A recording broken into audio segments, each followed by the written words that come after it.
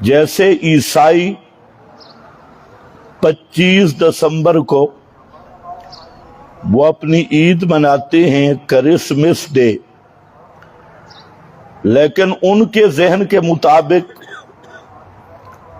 یہ 25 دسمبر حضرت عیسیٰ علیہ السلام کی ولادت کا دن ہے، جو تاریخی لحاظ سے ہے بھی غلط، لیکن میلاد عیسیٰ کے عنوان پر ان کا مذہبی تہوار کرسمس ڈے ہے۔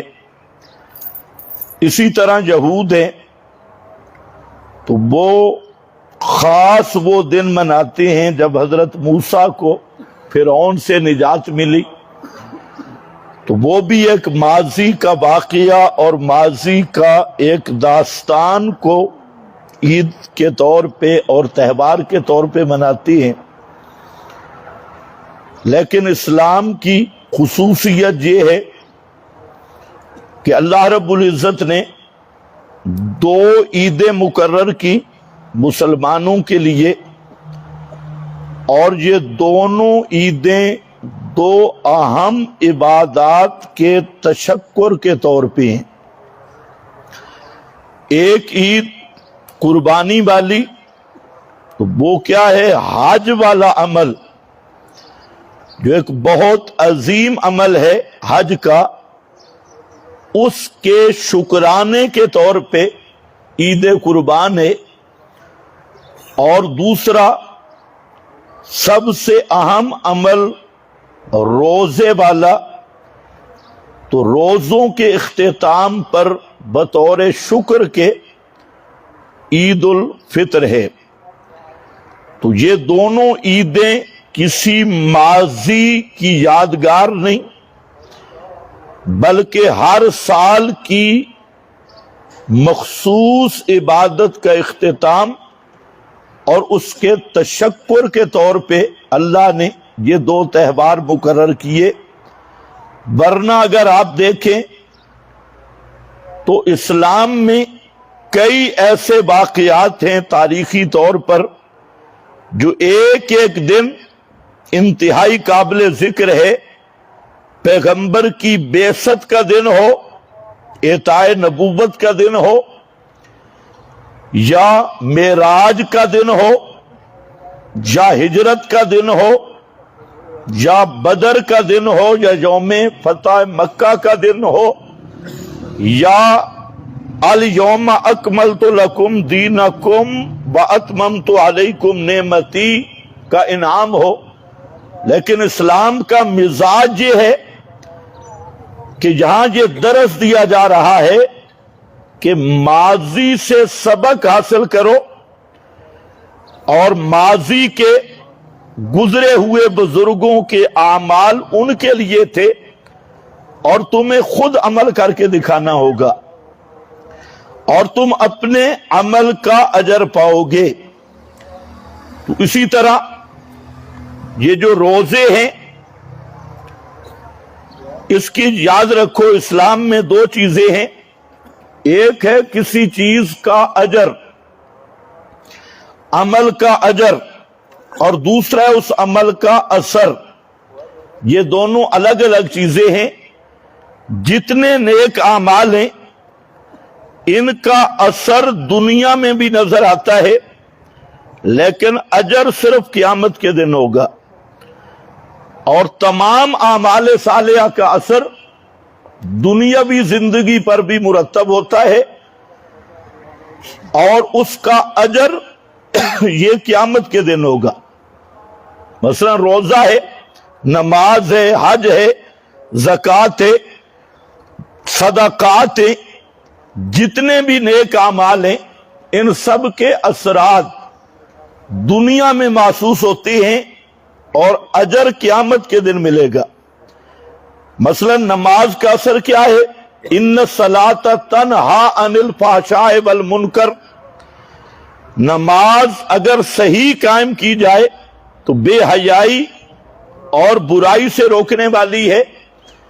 اسی طرح روزے کا اثر ہے کتب علیکم الصیام، اللہ نے تم پہ روزے فرض کیے کما کتب علی الذین من قبلکم لعلکم تتقون، تاکہ تم پرہیزگار بنو۔ یہ تقوی اثر ہے، دنیا میں یہ اثر حاصل ہوگا کامل روزے کا کہ اللہ کا ڈر پیدا ہوگا اور پرہیزگاری کی قوت پیدا ہوگی، یہ دنیاوی اثر ہے۔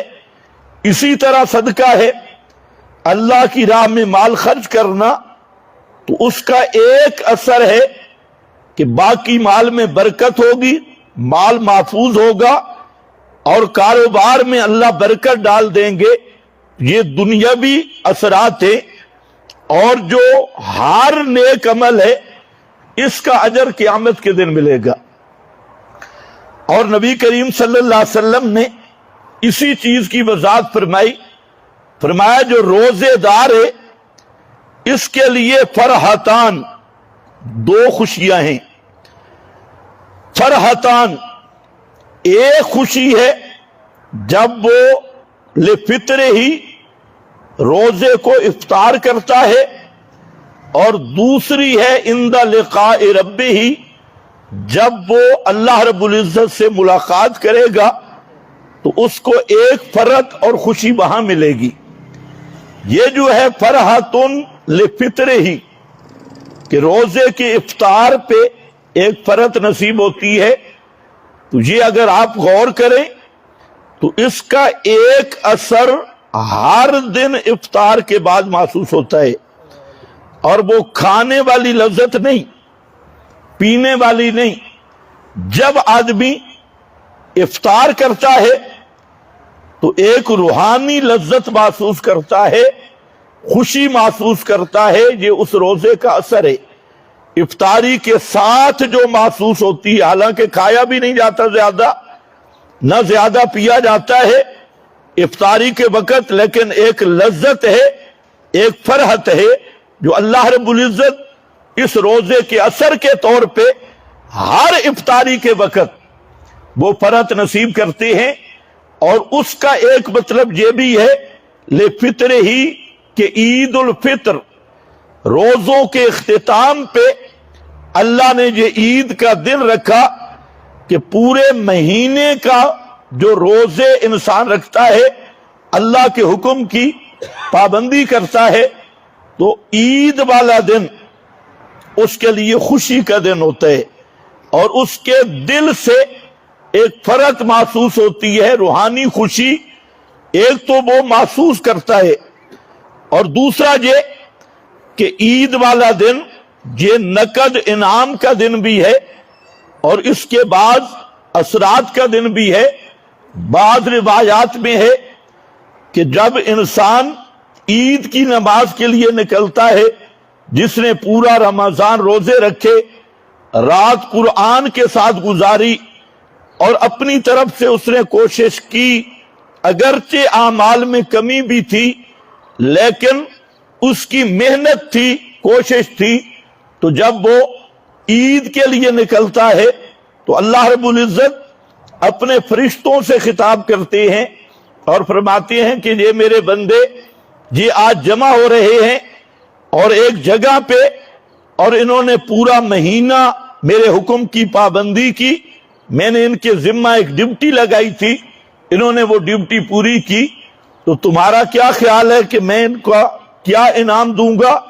پھر اللہ رب العزت خود فرماتے ہیں آج ان کو میں پورا انعام دوں گا، اور تم گواہ بن جاؤ کہ یہ جتنے میرے بندے جنہوں نے رمضان کے ساتھ وفا کی ہے اور کوشش کی ہے اعمال میں، تو فرمایا کہ ان سب کو میں نے معاف کر دیا، اور ان کے گناہ صرف معاف نہیں کیے بلکہ ان کے گناہ کوتاہیاں اور عمل میں جو قصور ہوا تھا اس سے درگزر کر کے اس عمل کی جگہ پر بھی میں اللہ نے نیکیاں لکھ دی ہیں، اس عمل کی جگہ پہ بھی۔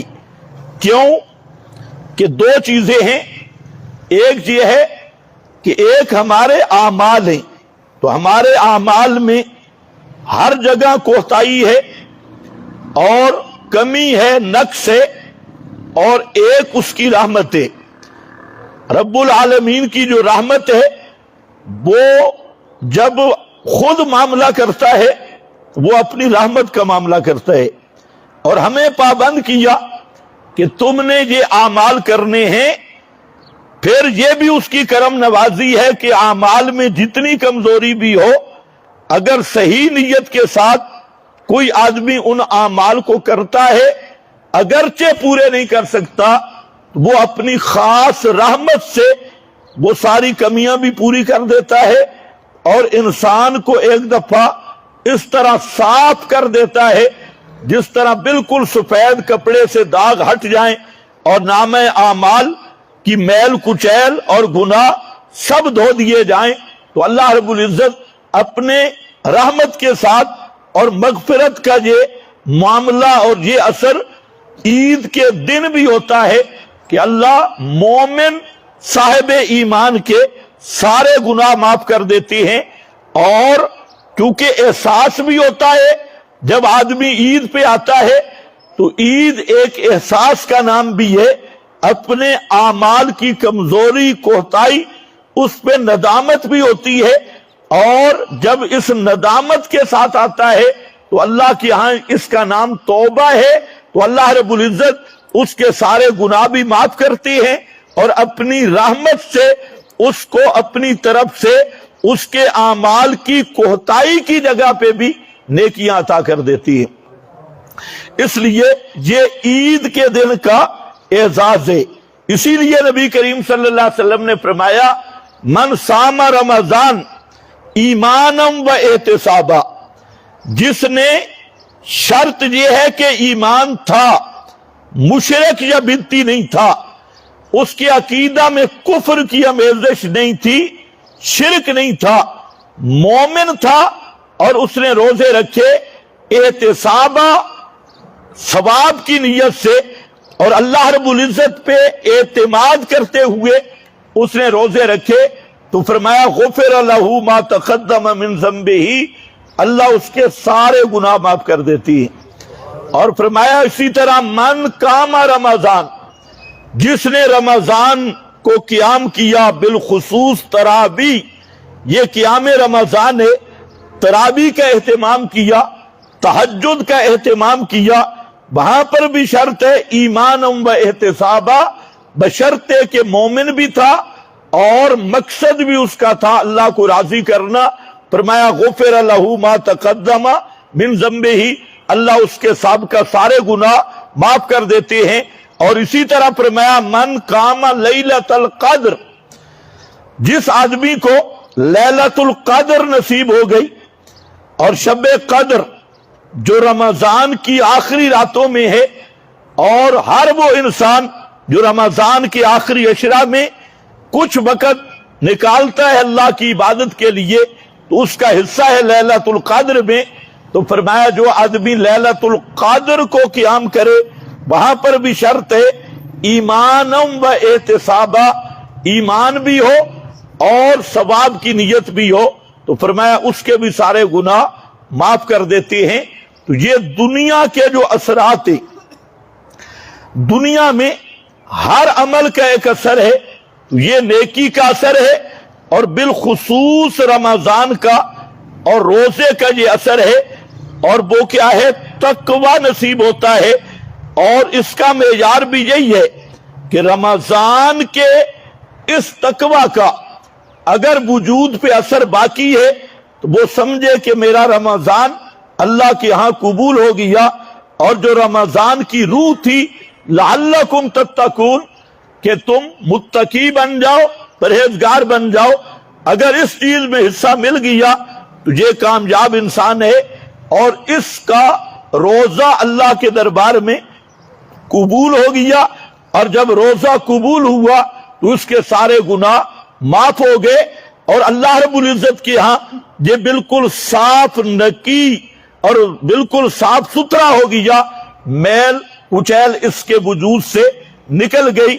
تو اس لیے یہ عید کا دن، اس دن میں آپ سب لوگ اللہ کے مہمان ہیں۔ ایک مہمانی ہوگی قیامت کے دن،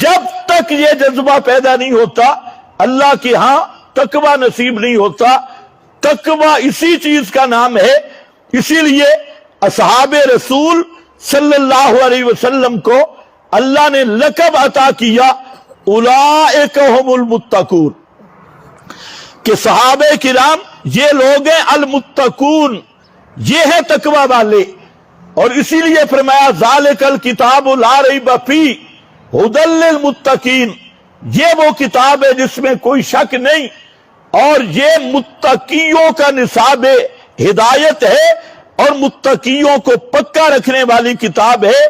اور وہ تقوی کیا ہے؟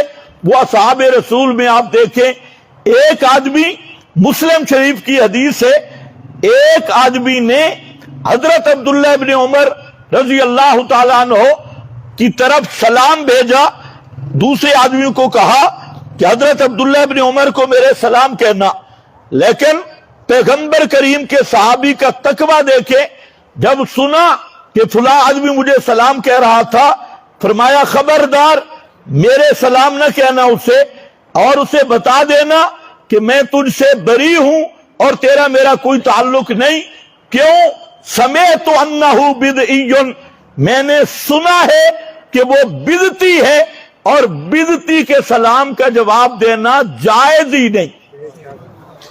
تو بدعتی کو عید مبارک کرنا، سینے سے لگانا، ذرا خیال کرو۔ حضرت عبداللہ ابن عمر کہہ رہے ہیں کہ اسے کہہ دینا کہ ابن عمر نے پیغام بھیجا ہے کہ میرا تیرے ساتھ کوئی تعلق نہیں، کیوں؟ اور میرے سلام بھی نہ کہنا، جواب بھی نہ دینا۔ حالانکہ آپ تو کہیں گے جی سلام کرنا سنت ہے اور جواب دینا ادھر واجب کہاں گی؟ حضرت نے فرمایا میرا سلام کا جواب نہ دینا، کیوں؟ سمے تو مجھے خبر لگی ہے کہ وہ بدعتی ہے، اور بدعتی کو سلام کا جواب دینے کی اجازت۔ اب ذرا اونچے بولو نا تاکہ گناہ معاف ہو۔ یہی تو ٹریننگ ہے روزوں میں، اگر روزے سے یہ سبق حاصل نہیں کیا لعلکم تتقون، شرک نہیں چھوڑا، بدعت نہیں چھوڑی، مشرک اور بدعتی کے ساتھ بلپے یاریاں نہیں چھوڑی، اور ان کے ساتھ وہ سنگتیں نہیں چھوڑی، ان کے جنازے نہیں چھوڑے، ان کے پیچھے نمازیں نہیں چھوڑی، اور ان کی عزت تکریم تعظیم نہیں چھوڑی، تو پھر روزے رکھنے کا کوئی مقصد نہیں۔ اللہ نے فرمایا روزہ میں نے رکھوائے اس لیے ہے تاکہ تو اپنی خواہش پہ سواری کرے اور اپنے خواہش کو قابو کرے، اس کو لگام ڈالے۔ جب تو اپنا اتنا مفاد بھی ترک نہیں کر سکا کہ میرے دشمن کے ساتھ بائیکاٹ بھی نہیں کر سکا۔ اور ہر وطروں میں آپ پڑھتے ہیں نخلاؤ با نہ تو روکو، یہ میرا مسئلہ تو نہیں ہے بھائی، کہتے ہیں بڑے ڈاڈے مسئلے بیان کرتا، سخت نخلاؤ با نہ تو روکو میں یف جوروں کا، اس لیے کسی بدعتی کو عید مبارک نہیں، نہ اسے سینے سے لگانا، کسے رافضی، کسی صحابی کے مہر رکھنے والا اور پیغمبر کریم کے کسی صحابی کا بغض رکھنے والا، چاہے وہ چھوٹا رافضی ہو بڑا رافضی ہو، وہ عید مبارک کے قابل نہیں۔ آج عید ان کی ہے جن کو اللہ نے شروع کیا یا ایھا الذین آمنو، اے ایمان والو، اور جو ایمان میں خالص ہیں اور تقوی کی زندگی گزارنے والے ہیں۔ اور آپ خود سنتے ہیں کہ باپ جا رہا ہے، اور باپ بھی کمانڈر ان چیف، بہت بڑا سردار ہے، اور بیٹی کے گھر پہنچا، اور جب بیٹھنے لگا تو بیٹی نے بستر کھینچ لیا۔ آج مولوی حضرات کہتے ہیں یہ تو سختی ہو گئی نا جی، عید والے دن یہ مسئلہ نہیں کرنا چاہیے تھا، اصل مسئلہ ہے ہی عید والے دن کا، یہی عید کا مسئلہ ہے اور یہی عید کا پیغام ہے۔ نیچے سے بستر کھینچا، اس نے پوچھا بیٹا کیوں؟ اور وہ باپ معمولی نہیں تھا، پورے مکہ کا سردار ابو سفیان اس وقت تک مسلمان نہیں ہوا تھا، اور یہ نیچے سے بستر کھینچنے والی کون؟ یہ ام المومنین ہے، نبی کریم صلی اللہ علیہ وسلم کے گھر میں تربیت پانے والی اور ابو سفیان کی بیٹی ہے، مومنوں کی ماں ہے، فرمانے لگی ابا جان آپ سردار ہیں، میرے باپ بھی ہیں۔ انہوں نے کہا یہ کیا حرکت ہے، میں تیرا باپ ہوں اور تو بستر کھینچ رہی ہے؟ فرمایا ہاں ہاں یہ بات صحیح ہے، انت مشرکن، تو مشرک ابا ہے، اور مشرک پلیت ہوتا ہے، یہ بستر میرے نبی کا ہے، یہ بستر پاک ہے، کوئی پلیت میرے نبی کے پاک بستر پہ بیٹھنے کے قابل نہیں ہے۔ اس کا نام تقوی ہے۔ تقوی لمبے نفل پڑھنے کا نام نہیں، لمبی تسبیحوں کا نام نہیں۔ تقوی یہ ہے کہ شرک سے بائیکاٹ، بدعت سے بائیکاٹ، اور مشرک اور بدعتی سے مذہبی بائیکاٹ، یہی توحید کی غیرت ہے۔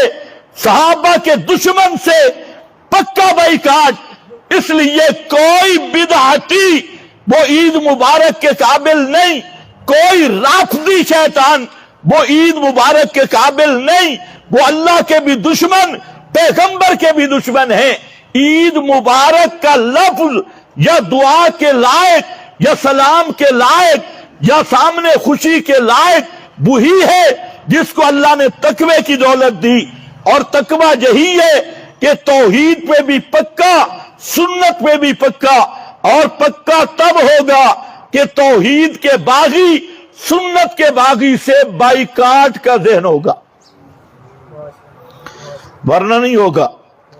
اس لیے فرمایا کہ جب یہ لوگ آئیں گے، سیک الذین اتقوا ربہم، یہ لوگ ہیں سیک الذین اتقوا ربہم، ان کو چلایا جائے گا جو دنیا میں تقوی کی زندگی اختیار کرنے والے، اللہ رب العزت کا ڈر رکھنے والے اور اللہ سے ڈرنے والے، الل جنت زمرا، جنت کی طرف چلیں گے گروہ گروہ، ٹولیاں ٹولیاں، اپنے عمل کے اعتبار سے انبیاء کی جماعت، صدیقین کی جماعت، شہداء کی جماعت، صالحین کی جماعت۔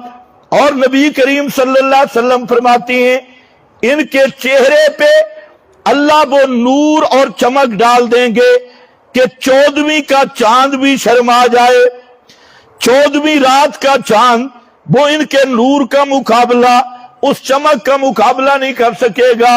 ان کے چمکتے چہرے، نورہم یسعی بین ایدیہم، نور ان کا چمک رہا ہوگا، سامنے بھی نور، دائیں بھی نور اور آگے سے بھی نور۔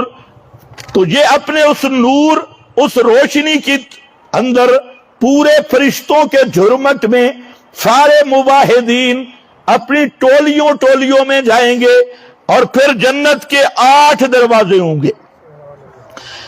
اللہ رب العزت جنت کے دروازوں کو پہلے کھول دیں گے، ان کی آنے سے پہلے استقبالیہ جنت کھلی ہوگی، اور ہر جنت کے دروازے پہ نام لکھا ہوگا کہ فلانے تو نے اس جنت کے دروازے سے گزرنا ہے، فلانے تو نے اس جنت کے دروازے سے۔ یہ گروہ گروہ آ رہے ہیں، اور فرشتوں کے پروٹوکول اور اعزاز کے ساتھ اور اس نورانیت اور چمک کے ساتھ بڑی خوشی خوشی آ رہے ہیں۔ 8 دروازوں پہ آگے رہنما کھڑے ہیں اور استقبالیہ فرشتے کھڑے ہیں۔ نبی کریم صلی اللہ علیہ وسلم نے ان 8 دروازوں کی تفصیل ذکر کی اور فرمایا، ان کے فضائل بیان کیے۔ حضرت صدیق اکبر رضی اللہ تعالیٰ عنہ نے عرض کی اللہ کے محبوب، وہ 8 دروازے جنت کے، کوئی ایسا خوش نصیب بھی ہے کہ 8 کے 8 دروازوں پہ اس کو بلایا جائے اور ہر دروازے والے تمنا کریں کہ یہ ہمارے دروازے سے گزر کے جائے، اور 8 کے 8 چاہنے والے ہوں؟ تو نبی کریم علیہ السلام نے فرمایا ہاں ابو بکر وہ آپ ہی ہیں، وہ آپ ہی ہیں کہ جنت کے 8 دروازوں سے بلایا جائے گا، کیونکہ ابو بکر وہ ہے کہ جنہوں نے ہر چیز میں السباق فی الخیر، ہر خیر میں آگے بڑھنے والے اور ایمان کی سبقت اور دنیا میں کوئی خیر تھی، ابو بکر کہتے ہی سباق بالخیر کو ہے، ہر خیر سے آگے گئے۔ تو اس لیے قیامت کے دن ابو بکر صدیق کا مقام وہ ہے، یہ مقام کسی دوسرے صحابی کا بھی نہیں، فقط ابو بکر صدیق وہ ہے جس کو جنت کے 8 دروازوں سے بلایا جائے گا۔ انت، تو ہی ہے ابو بکر جس کو 8 دروازوں سے بلایا جائے گا۔ فرمایا جنت کے دروازے کھلے ہوں گے، اور جنت کے قال لہم خزنتها، جنت کے دروازوں پہ جب پہنچیں گے تو جنت کے دروازوں کے دربان اللہ کے وہ نورانی مخلوق اور فرشتے وہ سب سے پہلے استقبال کریں گے، سلام علیکم، سلام علیکم۔ اور یہ یاد رکھ لو سلام کی 5 قسمیں ہیں، یہ بھی ذہن میں رکھو۔ سلام کی کتنی قسمیں ہیں بھائی؟ بس ٹائم ہو گیا ہے انشاءاللہ، 40 منٹ کے درمیان جماعت کھڑی ہونی، کوئی ساتھی آ رہے۔ 5 قسمیں ہیں سلام کی، یاد رکھ لو۔